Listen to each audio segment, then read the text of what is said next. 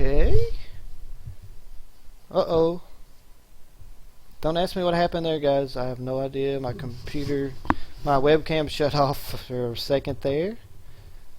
Getting good readings on OBS now. I apologize. I'm not sure exactly what happened. One of these things always happen. And he's back. Spare time. Yes, I'm back. Gotta take a hit on my pipe real quick. Whew. Stressing me out. Stressing me out with this internet. Why is it acting up? OBS readings, yes. We got to pay attention to our OBS readings, guys. So, hopefully you guys didn't miss too much of what I just said. Let's start reading chapter 2. A summary of the first chapter was... spare time. Summary of the first chapter was Larry's young boy wants to be mayor. His grandfather wants him to learn how to hunt and fish and stuff, and Larry is determined.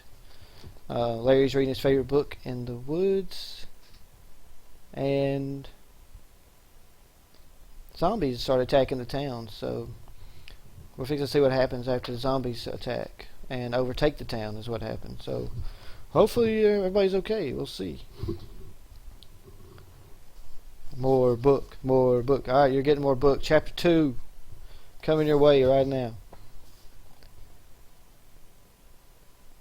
It was business as usual inside the drunken zombie.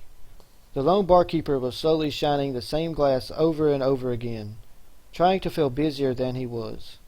He finally placed the glass on one of the shelves behind him, joining the dozen dusty bottles of drink and wine displayed for the rare traveler to choose from. There were a couple of tables along the wall that had a thick layer of dust, showing that they had been cleaned sometime last month.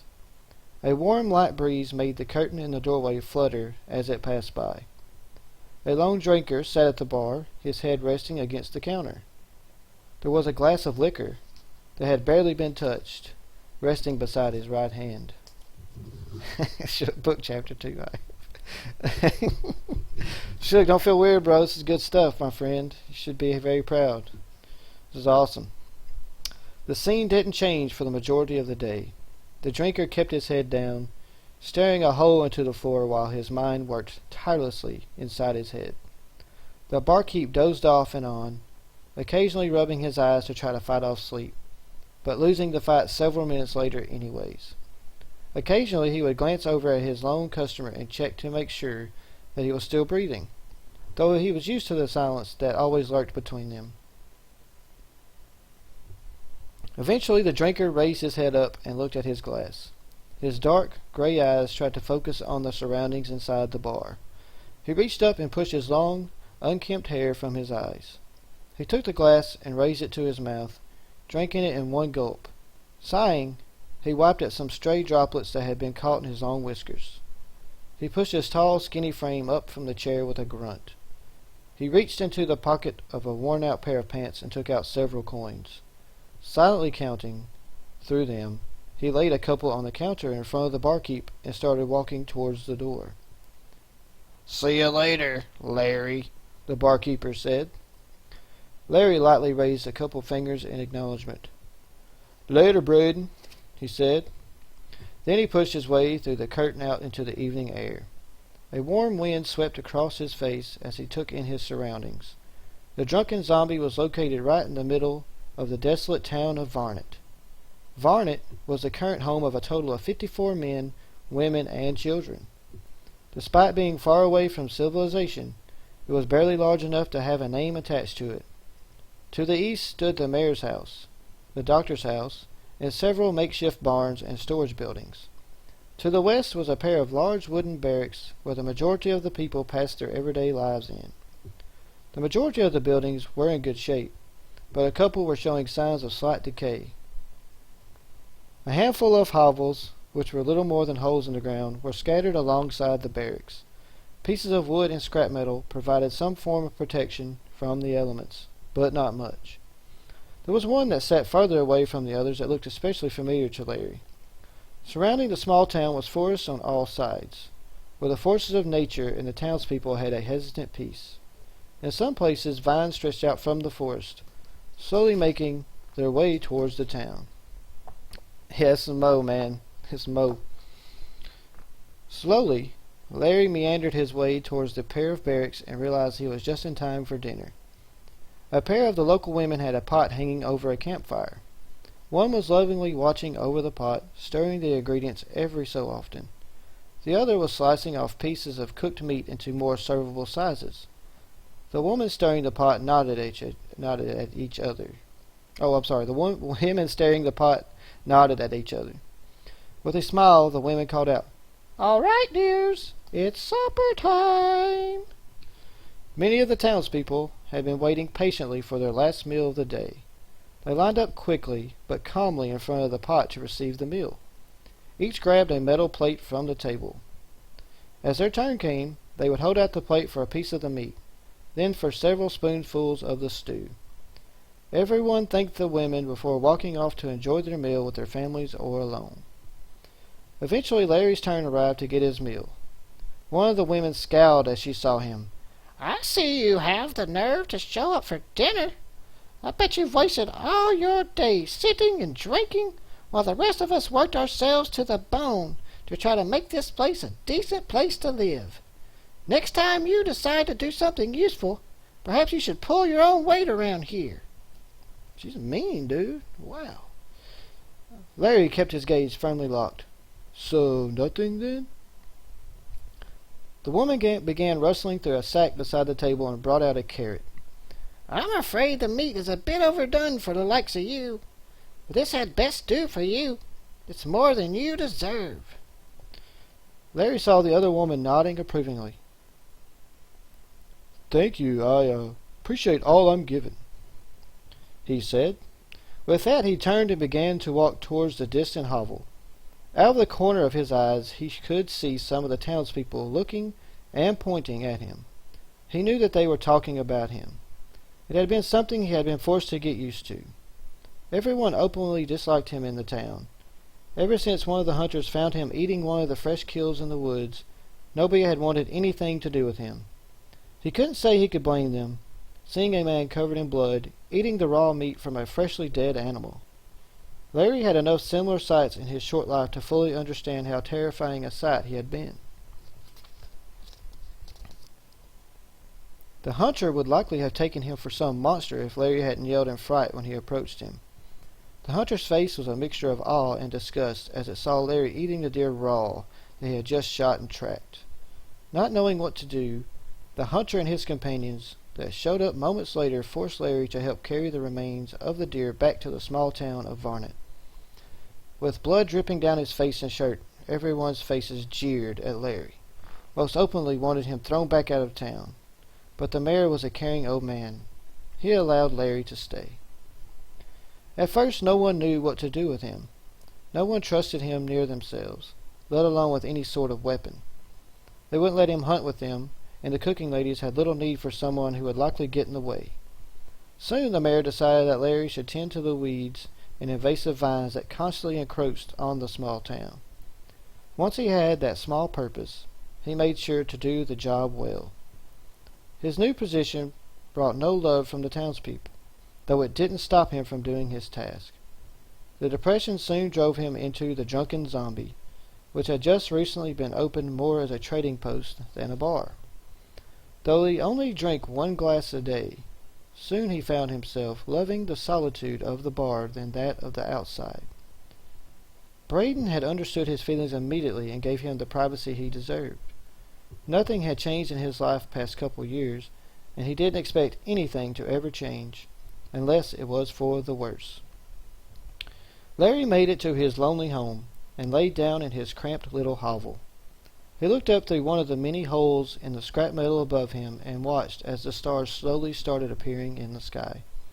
He slowly started eating the carrot, savoring each and every bite. Besides the single drink, it was the only thing that had hit his stomach that day. No audio? Oh. Y'all scared me there. But Biz, your stuff's not working at all? That's no good. So I guess you can't hear me. Well, just go get the books. Free, Amazon.com, guys. J.E. Shook is the name of the author, J.E. Shook. Uh, sorry, Biz, man. That sucks, man. I hate that for Biz, man. I know he was really looking forward to watching the stream.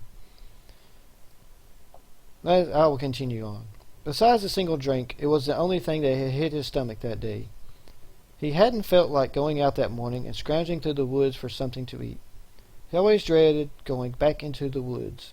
He had always felt like he was being chased when he was there, like something was always watching him. Sometimes his hunger drove him there, but the need for survival hadn't driven the fear out of him.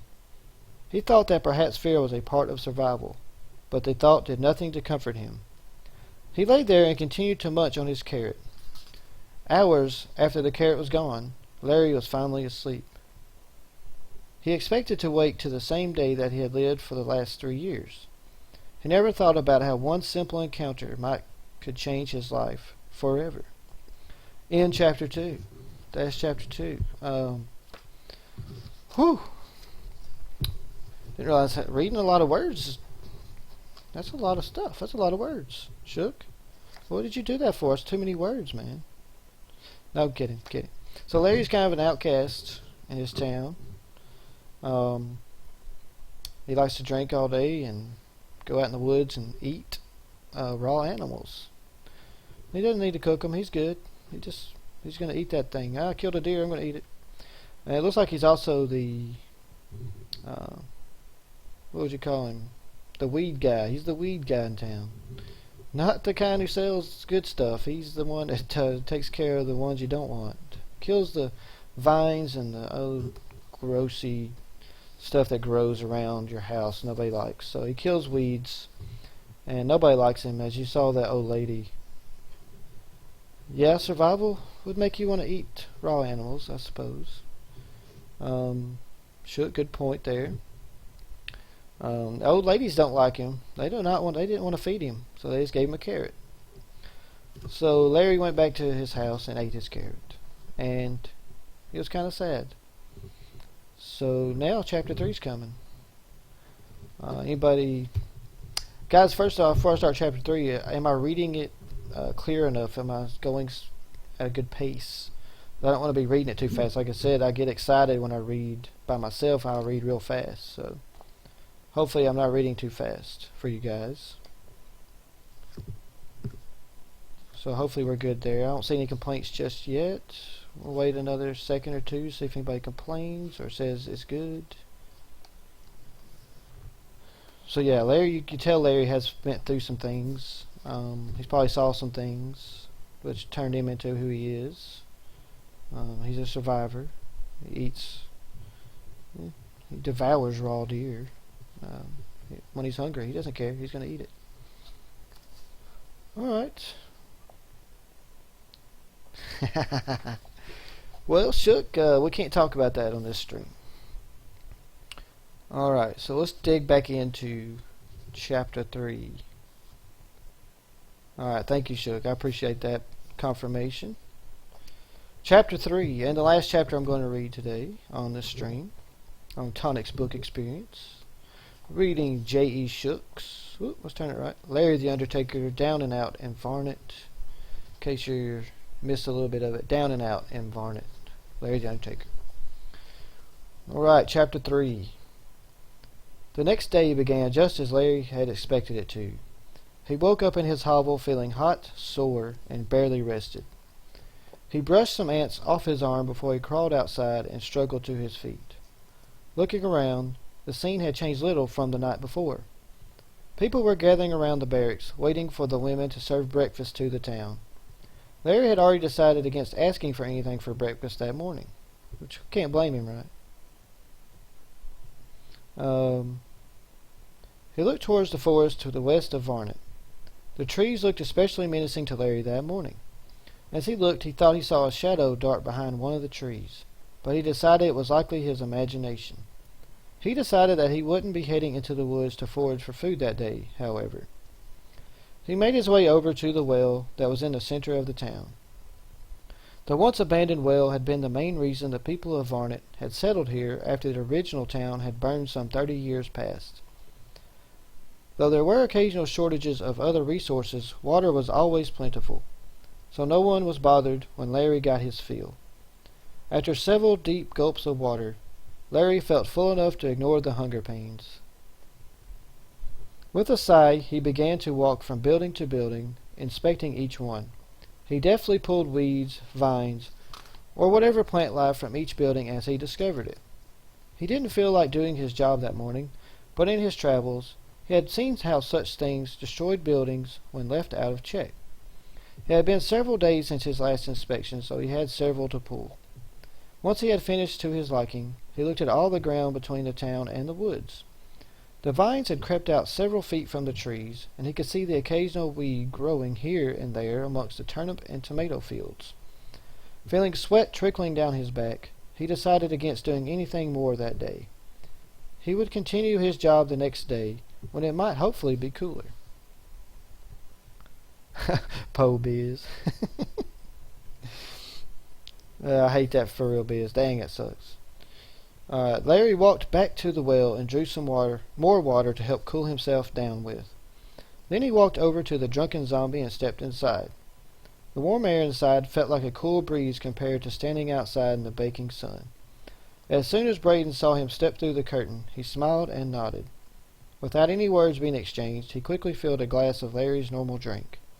Larry took it and sat down in his normal seat. "Thanks," Larry said, nodding his approval. He took a small sip from the glass, then sat it down. He propped his head against the counter and fell into the void that held his thoughts. "Larry," the barkeeper said before long. Despite Larry coming to the bar every day for the past 2 years, the two rarely spoke. Larry looked up in mild surprise. "What?" "Me and Doc Horton will be leaving for Fornin early in the morning to get stocked together for winter.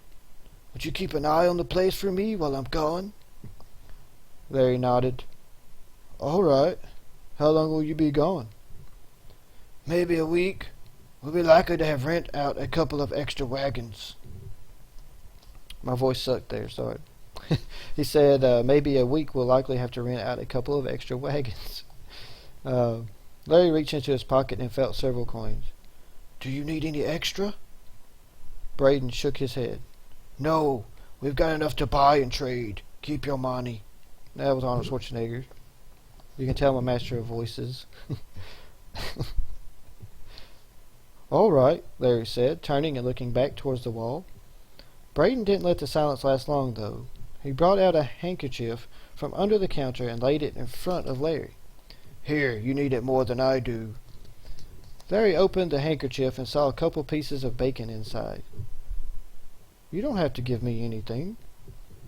"I do, if I don't want my best customer dying on me," Braden said simply. "It's simply an investment for the future." Larry didn't believe him, but he began to slowly chew the bacon. Yes, he is. We need to bust out Arnold. Braden often shared part of his breakfast with Larry, but each time, Larry felt he was more and more in the man's debt.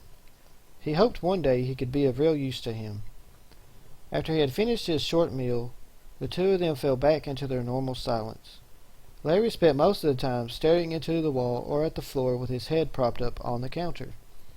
Braden quietly dusted off some of the glasses and the counter, but did little actual work. It was later in the afternoon when the silence was broken. For the third time, the two of them heard footsteps out on the porch. Larry raised his head and looked at the curtain along with Braden as a person walked through. Occasionally someone from town would stop in for a quick drink, but that was a rare event. Even rarer were travelers passing through. That was why both of them were shocked to see the strange woman standing in the doorway. "Hey there, gentlemen," the woman said. "I hope I wouldn't be imposing on you if I were to get me a good old drink of your best, now would I?" The woman must have only stood at just over 5 foot, but the two of them could have sworn she filled the doorway with the way she carried herself. Long blonde hair flowed over her shoulders, ending halfway down her back. Sharp, blue eyes peered out from under the brim of a dusty, beat-up old hat that sat on her head. A matching muddy brown coat fell to beneath her knees, covering most of her small frame. She stood firmly in muddy, black boots. As she took a couple more steps in, Larry saw a pistol holstered at her hip as the coat flapped when she walked. The barkeeper struggled to get his words out. Sure thing, I've got a pretty stout drink called Martin's Furious Storm. Nobody in these parts ever wants anything too strong. The woman took off her coat and hat and threw them onto the bar counter, causing dust and mud to flake off, covering it with a new layer of dirt and grime. Without noticing, she sat down on a stool beside Larry. Let me see what this Martin guy has to offer. I'll take the whole bottle, please.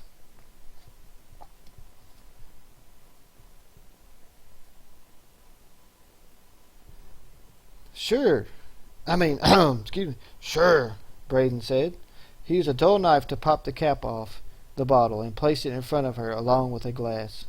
The woman grabbed the bottle and raised it to her lips. The men were shocked when she inhaled a quarter of it in one long gulp. Ah, she exclaimed, wiping her mouth with the back of her sleeve. That's not bad.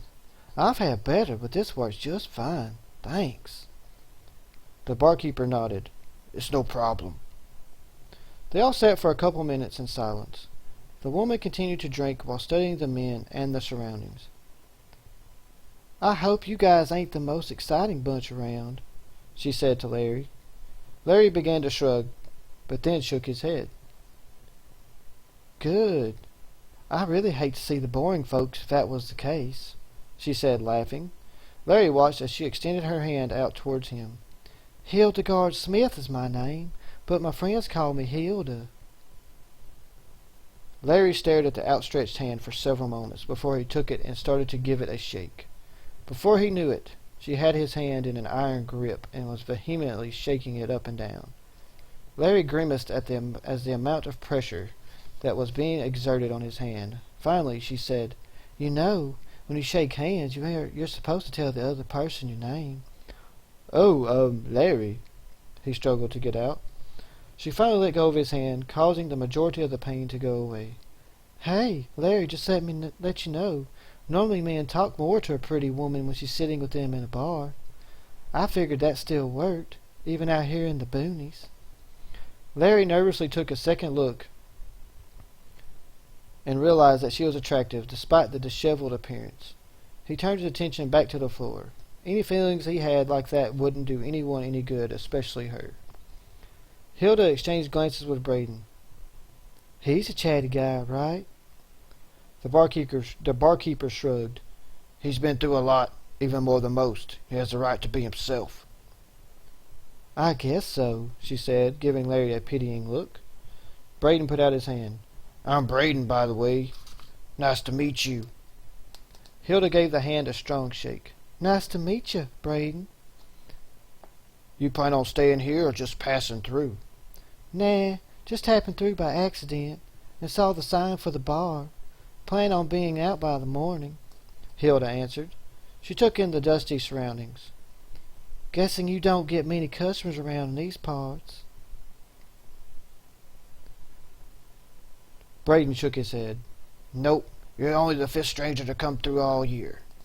Hilda laughed. Wow, it's already August, though. I guess that's understandable. You either have to know where these small towns are or just stumble on them by accident. These woods are great at keeping places secluded. People of Varnit love their town, and they're happy they don't have to worry about many coming through to mess things up.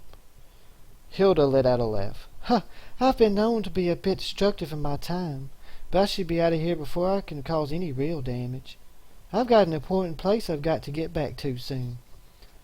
Where's that, if it's all right for me to ask? The barkeeper inquired. Sure, it's no real secret, Hilda said. I'm headed back to Memphis. Braden let out a whistle. That's true ways off. How long a walk is that from here? Well, I'm not sure about walking, but I'd guess a half a month by horse if you try a direct route. "That is amazing," Braden said, putting down his unused towel and coming around the bar to sit in one of the chairs. "My folks moved from that way several generations back. Is it true there's electricity there?" "Yep, there's lights all around there that stay on all night long. It's not real bright, but it's enough to make most people feel safer. There's always some folks around and about, whether it's day or night. There's enough people to work around the clock, doing all sorts of jobs for themselves and the city." Braden rubbed his chin. "Back when I was a child, my grandfather had something he called a mini torch. He could press a button on the top of it, and a small light would come on, lighting up a house even at night. I remember I was completely shocked when I saw something like that the first time. He said if I couldn't handle that, then I couldn't handle the wonders inside Memphis." Hilda laughed. "Well, I guess I have to agree with him, but once you get used to it, I'm sure you'd be fine. It's always a shock to the system when you see something you thought couldn't even exist." "I suppose so," Braden said. "Now, if you feel like seeing some nostalgia, here's something to brighten your day." Hilda giggled a little, reaching into one of her pockets and pulled out a long, small object. "You'd best hold on to something there, Larry. I wouldn't want you falling off that stool and getting hurt." Larry had been quietly listening to the conversation so far, but he hadn't realized that he had turned around and was sitting sideways on his stool. Larry just shrugged and waited for her to show them whatever it was she thought would startle them so much. He did try hard to hide his amazement when she pressed down on the object, and one end lit up, though he was sure he heard himself utter a small gasp. Braden was laughing. "That's about what my grandpa's mini torch did. His was bigger, but it wasn't that bright." He held out his hand. "Can I?" "All right, but be careful," she said, handing it over to Braden. "Just don't drop it or anything like that. They're pretty durable, but they ain't perfect." Braden pointed the mini torch around and happily followed the small beam of light with his eyes. "You know, I always thought it would be hotter and heavier. This is quite a treat." He carefully handed it back to Hilda. "Thanks." She took it and put it back in her pocket. "They've actually found out the right word for them are flashlights. I still hear some of the older folks calling them mini torches or hand suns, but they used to be called flashlights before the fall." Braden's forehead wrinkled. "Interesting. That hasn't made it this far." "It likely hasn't made it far at all," she said, sighing. "They found a huge building with them about 50 years ago on up the river, and was able to place the right name to them, along with making them available to most inside the city walls. Luckily, we've been able to reproduce batteries for them, though not as strong as most would like." "Biz is back. It's working. Yes." Whew. Shook. A lot of words again, bro. A lot of words. Very good so far, though. Very good. Bugged. Oh, and it stopped. Shook. This can't be that awkward, my friend. This is fun. It's a book reading, my friend. Alright, we're going to continue. This is Braden talking. "That's news. Grandpa's mini flashlight just stopped working one day. Mentioned that the energy was likely gone. He just put it up and never took it out again." "If you still have it, I could get you a battery for it. I keep plenty of extras." "Nah, it's at my brother's house in Fornan," Braden said, waving his hand. "I'm sure he does fine by torch and candlelight." Hilda dug her hand in another pocket and pulled out another small device. "Here's something else to get your motor running, Brady." The object was square and made up of some sort of metal. There were small buttons on the top of it. She held it up to her eye and looked towards Larry. "Say cheese, Lair." "Lair?" he said, confused. Then a flash of light blinded him, causing everything to turn white, then dark. He grabbed onto the counter and prepared for the thunder to arrive. To his surprise, everything was silent except for Hilda's laughter. I like that line there, Shook. I like that line. He grabbed onto the counter and prepared for the thunder to arrive. I love it. As Larry's vision returned to normal, he saw Braden's face looking as shocked as his must have been.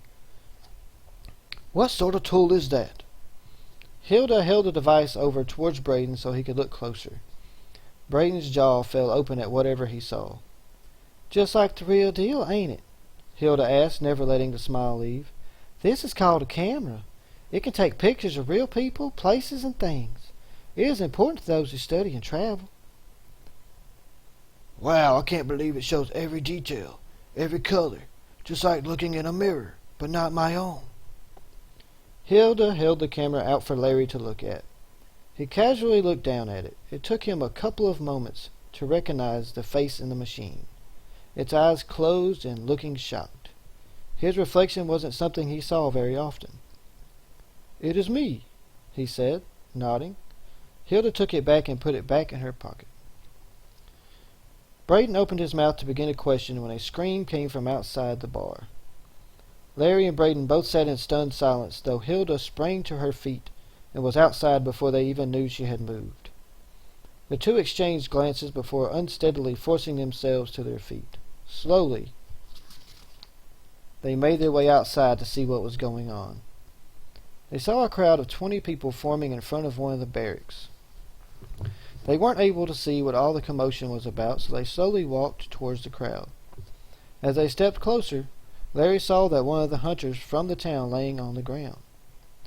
Blood was spilling from a huge wound on his arm, almost as if some creature had tried to bite it off.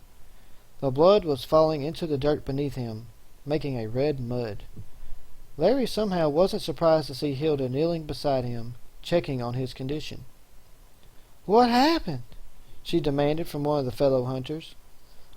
"There was a buck in a small clearing a ways from us," one of the men began. "Dan there knocked the arrow and pulled it back, waiting for the perfect shot. We watched as the deer ran, and we heard something in the bushes a few feet away. We all turned in time to see a man, or I think it was a man, come charging forward and ramming into Dan.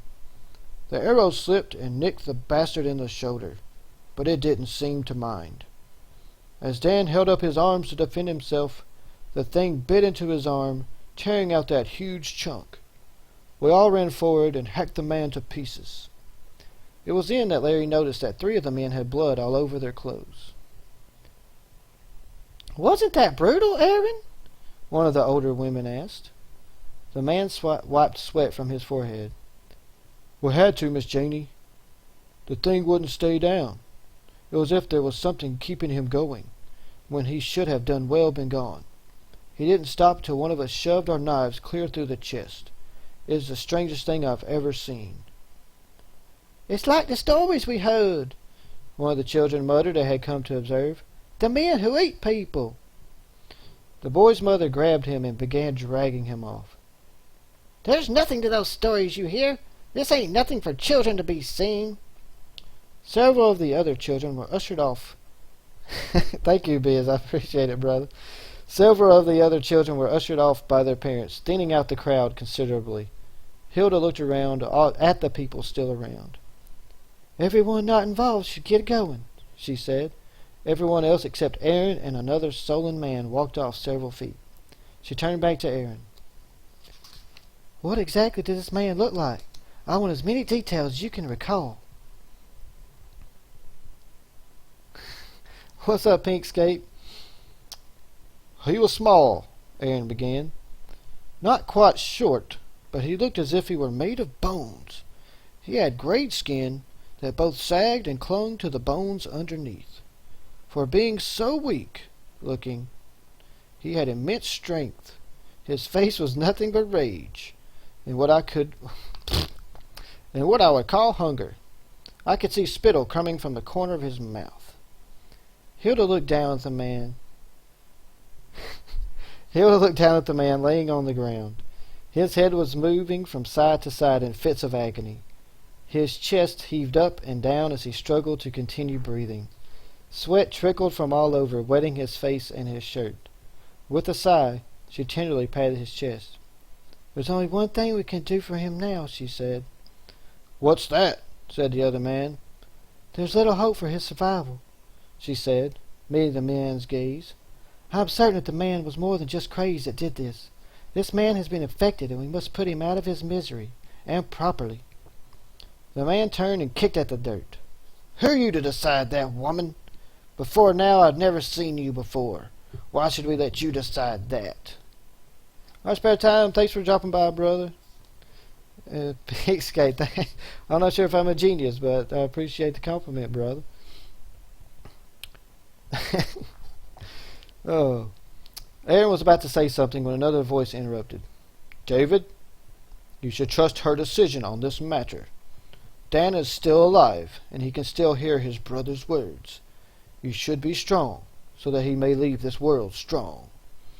Larry looked and saw the old mayor hobbling closer. From what Larry had heard, the mayor had been selected 40 years ago, back when the town had been somewhere else. He was easily the oldest man Larry had ever seen. The way his hands shook as he leaned on his cane made Larry think he was going to topple over any minute, but he had yet to fall. The townspeople loved him because every word he said was strong and true, showing he had earned his white hair.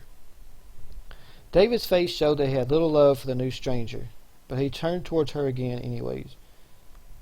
How exactly shall we end his misery, dear stranger? Hilda looked and made sure most were outside of earshot. She gave Larry a tight-lipped smile as she saw him standing there. The most humane way would be to stab into the base of the back of the neck. Right above... Head right above the neck. It would kill him instantly. Then we should burn the body, but bury the ashes out of respect. That is what I'll do, if you have no objections.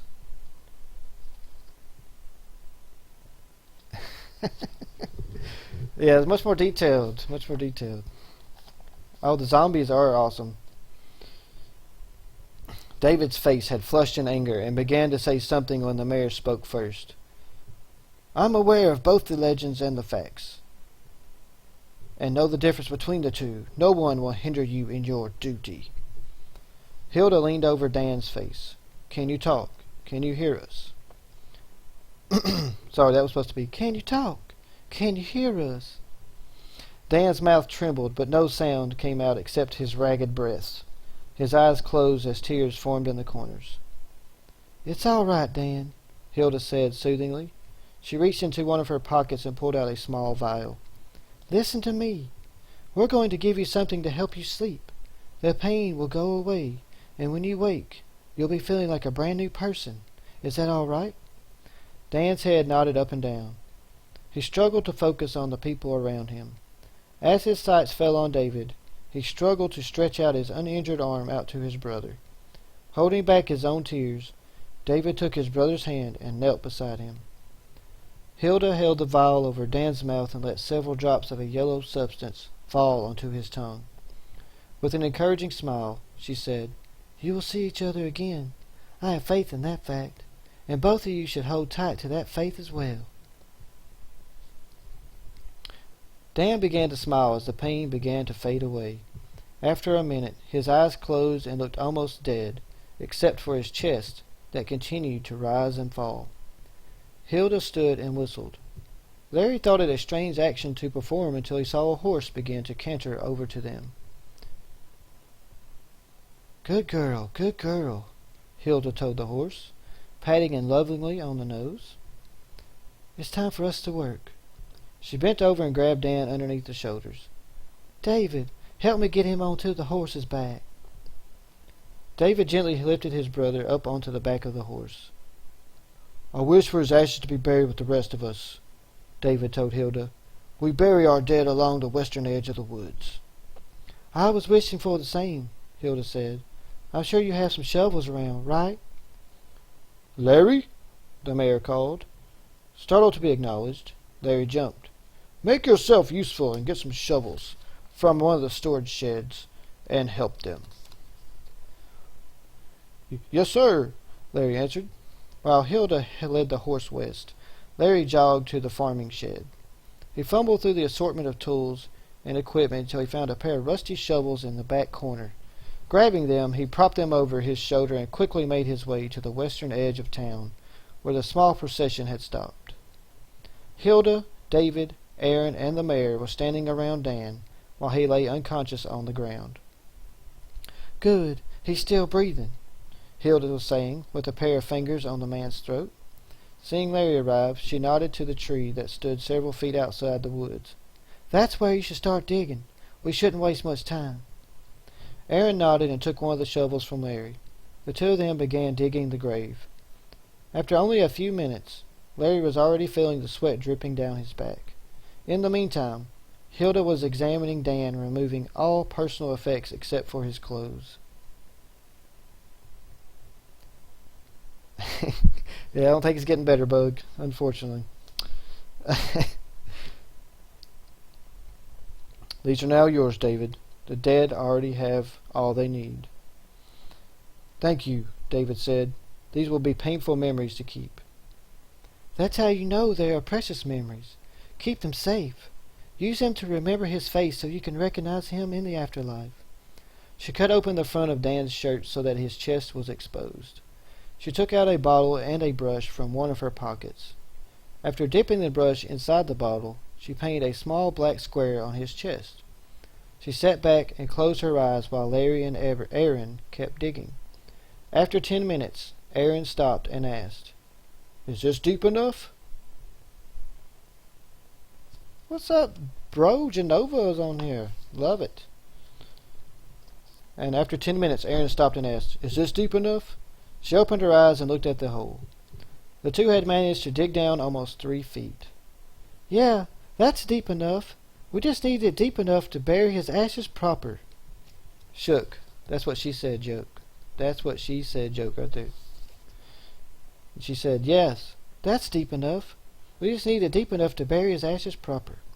She checked his pulse once more and sighed. What I do now must be done. Please forgive me for the sin I now commit."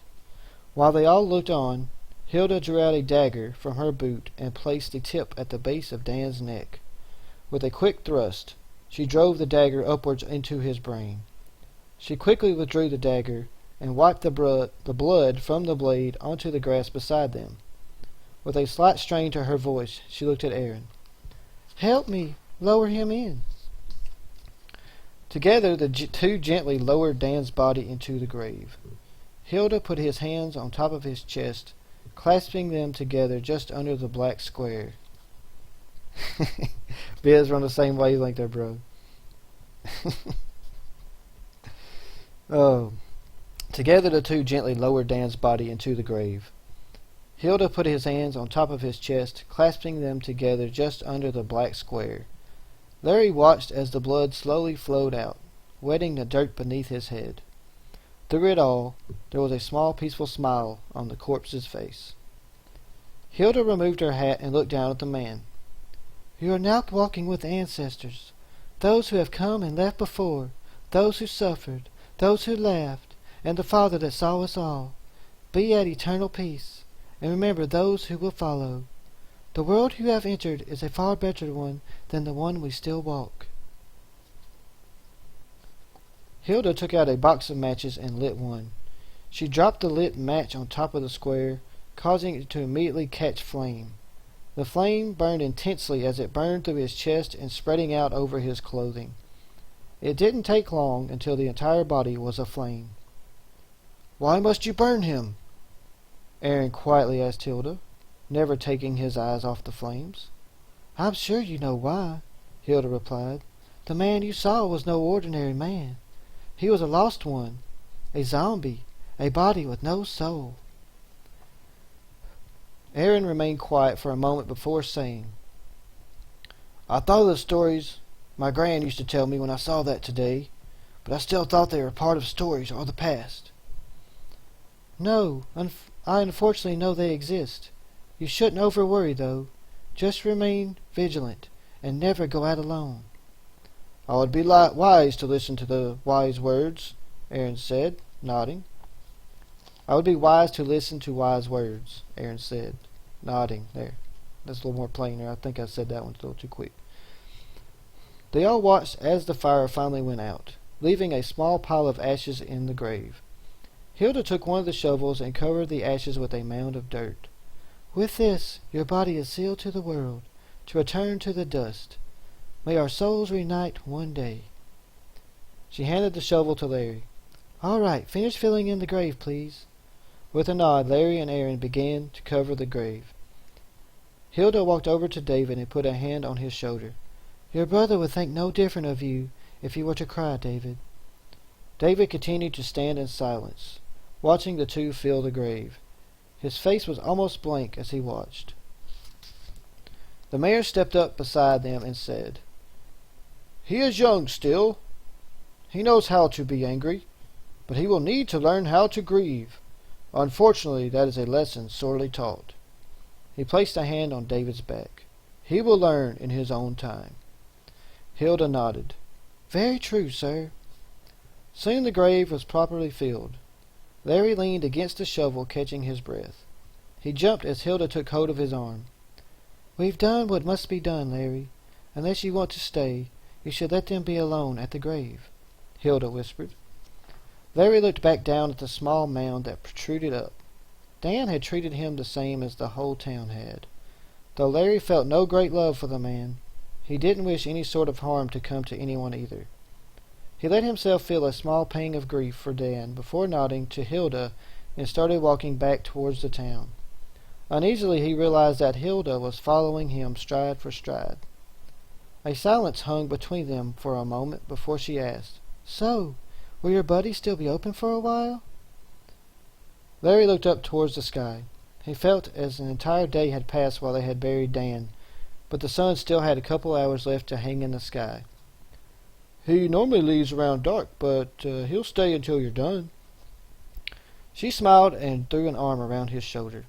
Where I'm from, a man normally buys a girl a drink, but just this once, I'll do things the other way around. Come on, Larry. There's no need. I've already drank today," he said, confused. You've still got some room in you for more, I'm sure. Come on. Larry reluctantly let himself be led back towards the bar. He couldn't figure Hilda out. She was brash and outgoing, two things he wasn't.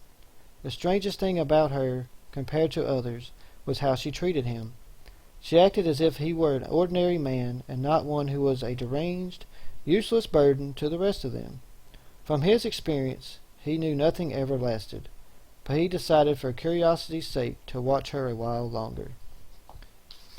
End of chapter 3. Whew! Hot story, people. So, to summarize chapter 3, some of you might have missed some of it. Larry was hanging out after he had went and checked out his weeds, pulled all the weeds and vines for the day. Decided to go get him a drink at his favorite bar called the Drunken Zombie.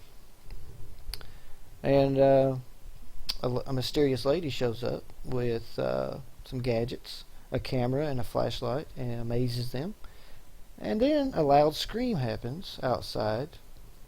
They go out to see what happened, and a man had been bit by a zombie.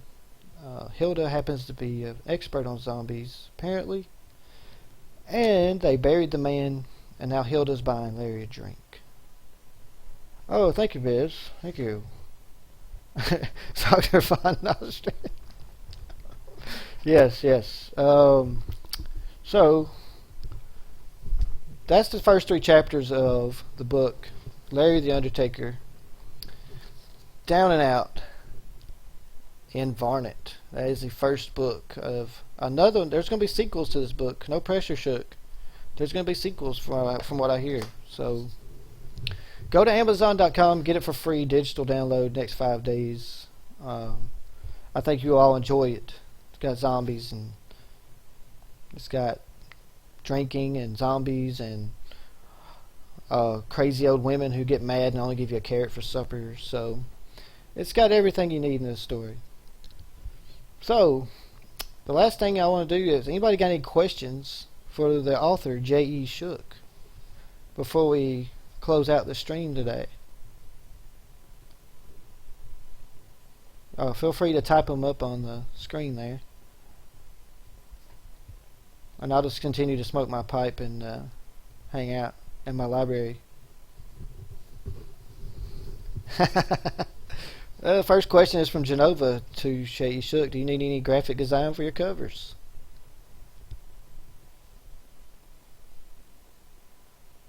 Oh, and we got another good question from Biz. How long did it take you to write it, Shook? Brandon, you're so late to the party, my friend. So late. That's correct, Pink Skate. Shook actually wrote this book. It's his creation. You can go to Amazon.com and get it for free right now.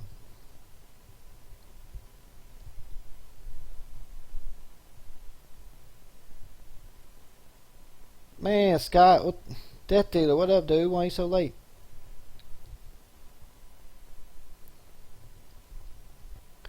Yeah, Shook's friend Martin designs his book covers. He did this one.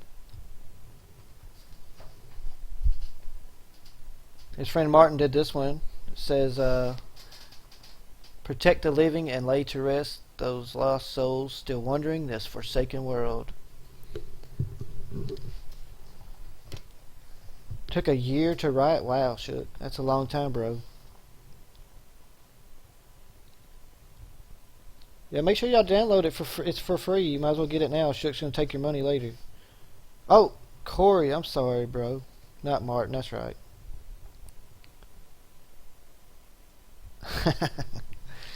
Yeah, Death Dealer, you should have signed up for Twitch a long time ago, bro. Whew, that took longer to read than I thought it was going to, actually. I thought it was going to take me about 35 minutes, but it took me a little longer than that. So what was the last question for Shook here? Oh, what inspired Shook? That's the question we're looking for an answer to. What inspired you to write this book?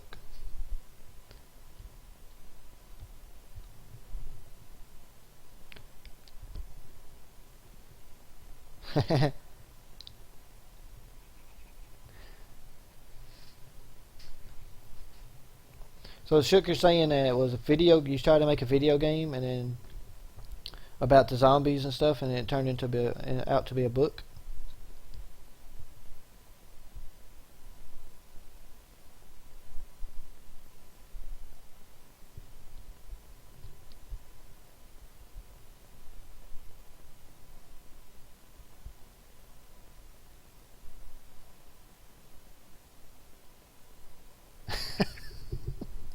I love my pipe biz. It's awesome. I've been sitting in silence reading the chat now.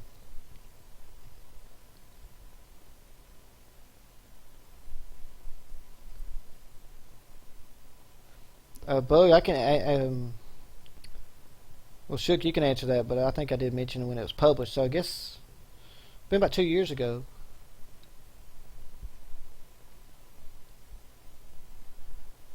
Actually, this would be a good video game, Shook. You can still make that video game, bro. From what I've read so far, it's pretty awesome.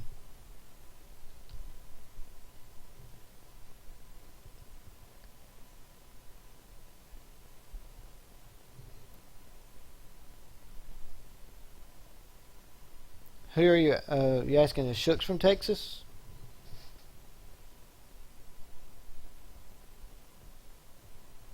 Because I'm not. I know Shook's not from Texas, but I'm not from Texas either, so I'll answer that too.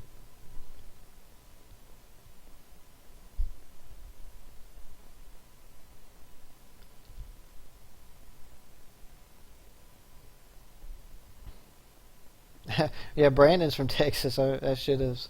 Yeah. Yes. Yes. Yes. Shook. We need more books from you, bro. No pressure at all. Well, guys, here's what I'm fixing to do. We're going to keep the questions coming on the chat. I'm going to go ahead and shut down the live stream portion. I really appreciate you guys coming and watching me read and listening to me read the book. I hope you enjoyed it. I hope that you were able to understand what I was saying, and I hope you enjoyed the voices. Just let me know your feedback about the voices. And we'll just continue to chat on the chat as it is. So y'all have a good night, and I will talk to you some more on the chat. Woohoo!